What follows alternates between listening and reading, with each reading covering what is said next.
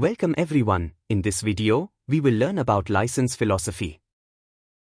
To know more about license philosophy, navigate to Code Meter. Navigate to License tab. On the left-hand side of the tab, it contains details like license name and serial number and status of license. On the right side of the tab, users can edit the license owner's name using the edit icon. The serial number displays a unique dongle number. When users click the bulb icon, the dongle's LED flashes. By clicking the refresh button, users can update the firmware version. Under the status section, a red icon indicates the dongle is disabled, a yellow icon shows it is enabled until unplugged, and a green icon signifies the dongle is enabled. Now we will see how to update the license. To update the license, click on Update License. Click on Next button.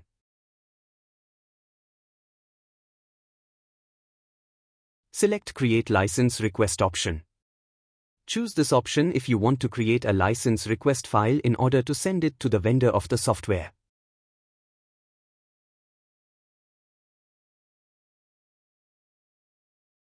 Click on Next button.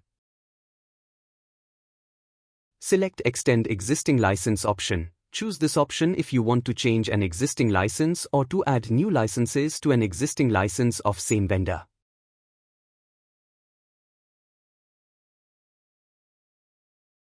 Click on Next button.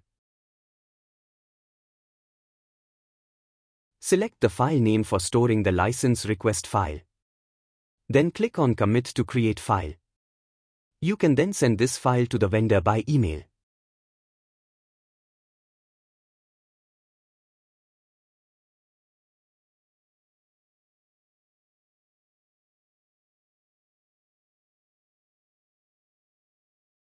Click on Finish and close the tab.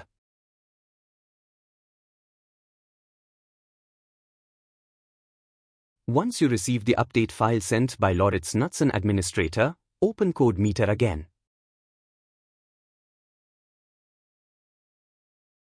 Click on Update License button.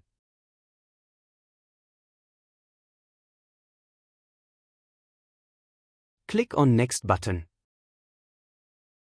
Select second option, that is, Import License Update. Choose this option if you received a license update file from the software vendor and want to import the file. Then click on Next. Select a file under which the license update file is stored in your computer, then click on Commit to import to new license. Close the tab. Now we will see available licenses. To see license, click on Web Admin.